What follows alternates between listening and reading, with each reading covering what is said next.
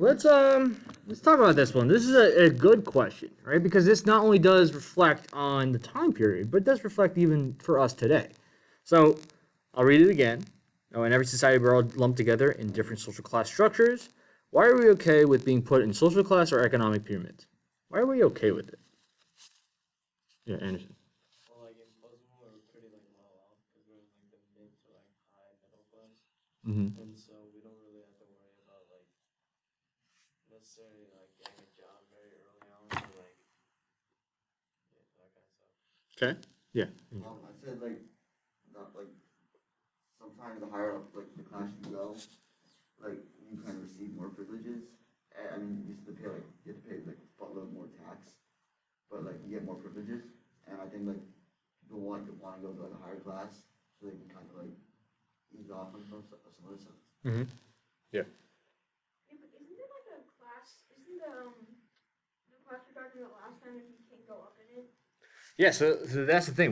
First, I think at the beginning we were talking about American, right? American class structures, right? But make a good point, right? In the Untouchables, right? We watched a video yesterday. In India, the caste system is different than American system. I was just generally asking a whole point about class structures, economic structures, but there's a lot of variety of answers you could say depending on the one that you're focusing on, right? If you're looking at just us today, right? And if you talked about the caste system, you're perfectly fine. I was just asking a general question about them. Oh, I thought it was like the one in like the caste system. Yeah. So if you talk, so what do you say about the caste system? How do you think? Why do you think people would stay in that class in the caste system? Because like they don't have a lot of freedom, they can't say much, they can do much about it because they're in such a low range for people. But the people who are higher care because it's like they have to stay in it no matter what happens really. Mm-hmm. But the people who are lower down probably don't like it because they can't move up in rank and like it's like a law so they can't do anything about it. Yeah. So when you look at American social class structures, how can you change where you are? Yeah, How? by changing, getting a better job or lower job or worse job. Yeah. So you have complete control over the wealth, right? American social structure, we look at money is what drives someone to be a lower class to an upper class person. Okay. That's usually how we always associate. Not saying that that's necessarily true, depending on how you look at it, right? Whether it's the social class structure, like how a certain culture of a person is different. I think American that's different. When we look at economics, like the money you make, there is a difference in the rich versus middle class versus the poor, right? They do have a set boundary of what is what, okay? And to increase your point or your spot on the economics pyramid, you would have to get a probably better paying job, get more money, and then you would jump up into the next one. Now we see even in American society, depending on how much money you make, you might get away with more things, right? We see, let's just say someone in the middle class breaks the law of like fraud, like tax avoidance or something like that, right? They'll go to prison, like for sure. Someone that's rich that does that, no, they'll just probably pay a fine and then walk away. We've seen that. So depending on how much money you make, might change what happens to you. Okay? Yeah. But you can like can't you go down too because like people who are like really really rich like it's like 1%ers and stuff they can go down by like their company failing. Yes. It's the same thing. Depending on the money you own, right, you can fall if your company fails, right? That can happen too. Yeah. Didn't Martha Stewart like go to jail because she accidentally did that? Yeah, she did, right? That's the thing. There are people that do get put in prison because you have a lot of money, it doesn't necessarily protect you all the time. But when we focus back on the social class structure, especially when it comes to America versus, let's just say, the caste system, it's different, right? The caste system is more rigid. You can't really jump up. You know how we just talked about all different ways in American economic pyramid, you can jump based on the money you own and the job you have and stuff. But in India, the caste system, you can't do that, right? You're stuck at one spot. And we'll talk more about different aspects of it. But yeah, so If there was a caste system, if you were at the bottom level, if you were a farmer, and the highest were like the gods and the priests and the religious people, why would people accept that? Why would they live a good life if they knew they couldn't move? Does anyone know this magical answer? well, we're talking about today. But I was Yes, gonna, what's your name? Yeah. Why would they care? Why would they forget about this? I'm not doing anything. Oh, that's true. What they've been told, yeah, you have to work for the people. That's a good answer. What else? Their beliefs. Their beliefs. And we'll talk about that today. That's why I wanted to get you guys in the mindset. Well, the fact is, why would someone who lives a poor life, right, lives in the bottom of the social pyramid, be like, I'm okay with being here? Because generally, we're all saying, usually when you are living in such a bad spot, you want to change, especially in American society. You're like, all right, well, I got to work, I got to get more money so I can jump up the economic pyramid. But in caste system, you can't. But why are they okay being there? Because their belief system says it's okay to be there for right now. You could change if you do something, do your job the right way. We're talking about later on. Yeah. Hope for the future. Yeah, hope. It's all about hope. And, well, the next, they believe that, I'll be doing that now, the next life. Yep, exactly. So that's the point. Hinduism, guys. That's why we're jumping into it. Hinduism is all about belief in where you are and what you can do to increase your caste. Right? That's a good way to start. Well, that's the thing. You can debate, right? How could someone believe that? Well, trust me, belief is a very powerful thing, right? Believing in something is really powerful. So that kind of jumps exactly into what we're talking about today. All right? So, well, like I said before, we'll start off with a little bit of a lecture, a little bit of a talk, but we're going to jump into a worksheet that covers a lot of the concepts, right? So we'll be working in groups today, but just want to give you just a little background of some things. So last time we were here, right, where we talked about the uniting of the different kingdoms of India had come together, but with all this conflict, all this violence, people started to question the belief systems that they had originally, right? And with the Aryan sub-Indian group, sub-European or Indo-European group coming in, they created what was known as the Vedas, right? Remember the ancient book that talked about their cultures, their traditions, and all this stuff. And they created what we know as the caste system, right? The caste system is the social structure that's very rigid. You can't really move up and down it. And you can only really stay there for your entire life. And depending on your caste, can really change people's perceptions of you. Specifically, if you're an untouchable, right? Even in modern day India, even though the caste system has been, destroyed technically by law, people still look at the caste as being a really important aspect of, is your family an untouchable? Are they, are they more of a laborer or a peasant family? That really makes a big difference, okay?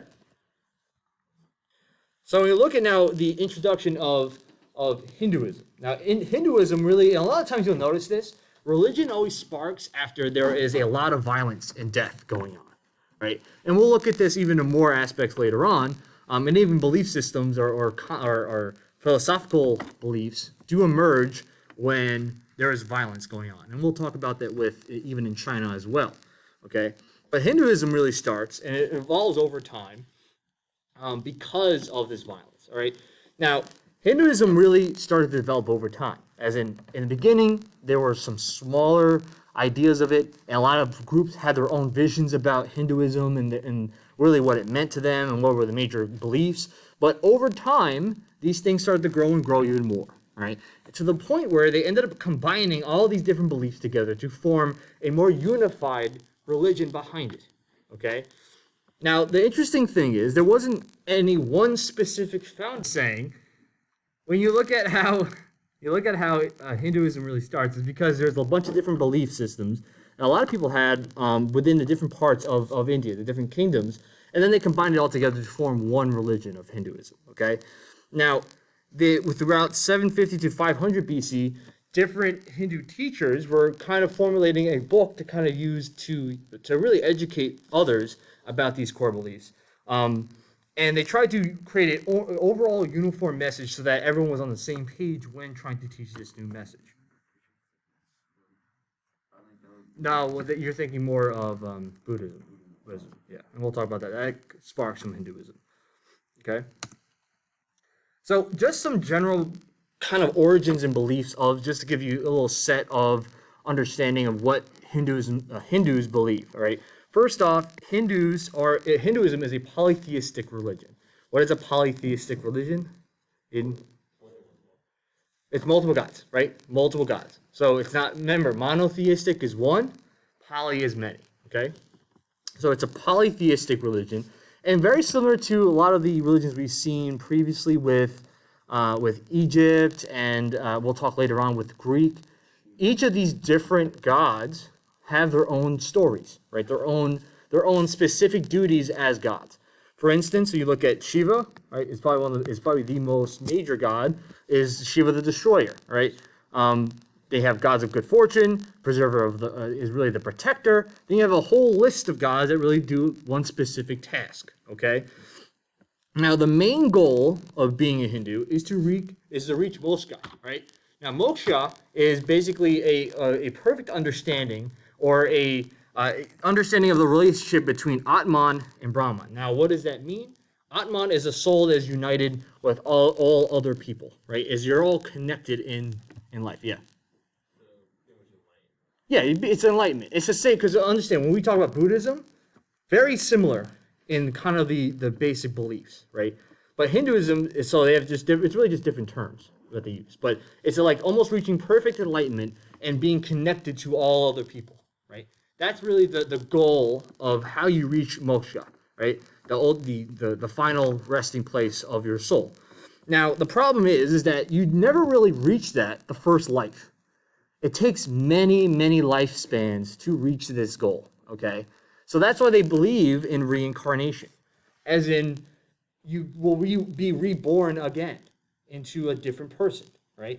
Now, depending on how well you do in following moksha and your good deeds as being in your caste, your karma will determine whether you are reborn as a higher caste or a lower caste. So people that are on a lower caste believe that in a previous life, they were pretty bad people. And they're saying, well, you're born there because you in a previous life were a bad person. And they accept that. They say, dang it, I should have been a better person. Can't believe it. Huh? Yeah, like I blew it. I should have been a better person. I can't believe I actually screwed up in the life before, and now I'm here. Right? What was the final thing called? Moksha. So it's right here. Yeah, Moksha. Right? All right. And the fact is, when karma plays a major role, and we always look at karma even today. The fact is, if you do good deeds, good things will come to you. That whole concept, or if you do bad things, karma's gonna bite you back. Right? That concept starts here. Right? If you do good things throughout your life, and when you're a caste, you do your job. Right? If you're untouchable, you do the best job as being a grave digger as possible. Right? And you do right by people. Even if you don't like your life, you do right by people.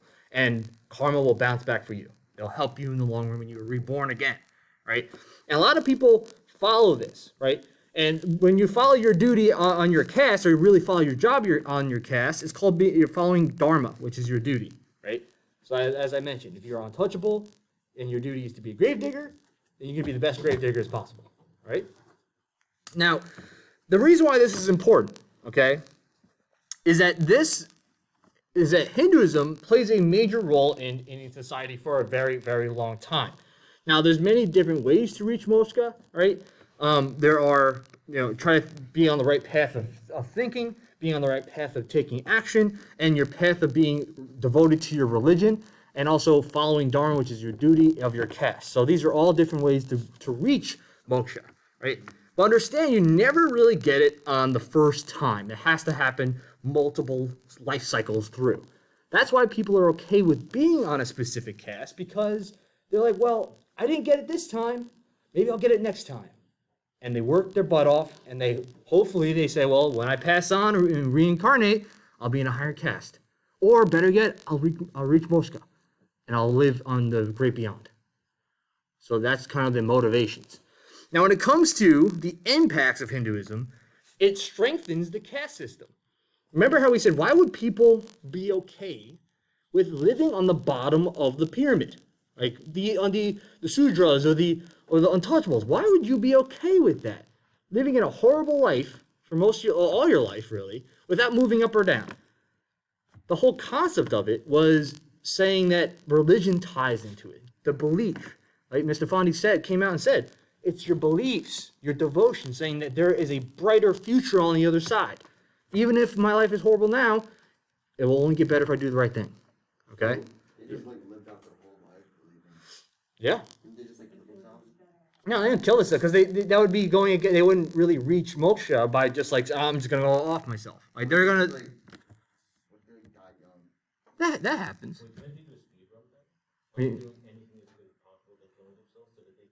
No, because you have to. It's about really living a full life, not just like a short one. Like, oh, I did good things, and then like I'm dead at a really young age. It's about being as good as possible throughout your life, right? That's really the mindset. Now this helps create some stability of the lower castes, and it also makes the higher caste people happy, because guess what? Usually when there's a poor and there's a rich, there's usually a combative relationship between the two. Usually the poor say, I don't want to be poor anymore. And they rebel against the rich. With this, with a belief in Hinduism being strong, people don't want to rebel. Because that'd be going against the religion. That'd be them doing bad things, which means they can't reach moksha. It means that karma's going to be bad. So the rich kind of live pretty peacefully. They live in a peaceful state because religion, their beliefs are pushing it forward, right? So this really helps those people at the bottom stay at the bottom, right? And those at the top stay at the top.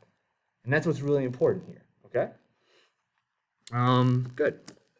Now, with Hinduism being around, there are still some new religions being sprouted from kind of the same base as Hinduism. Jainism, all right? Jainisms are really pacifists. They're people that don't want to harm any creature. Unfortunately, I did not represent being a pacifist in the very beginning of class, but it's being a person that is tolerant of other people, tolerant of other religions, and do not want to cause harm onto anyone else, right? And then probably the more famous one, which we'll talk about next time, is Buddhism.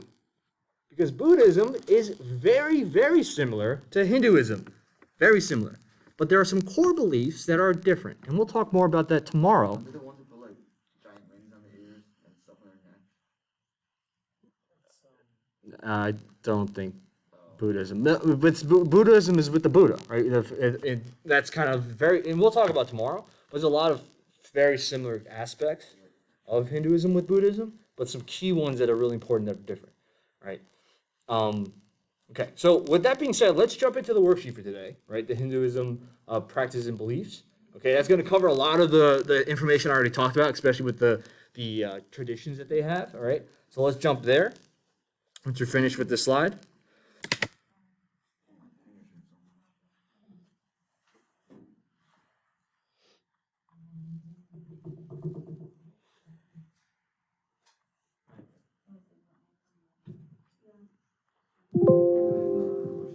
Yep, so jump to the worksheet. Yep.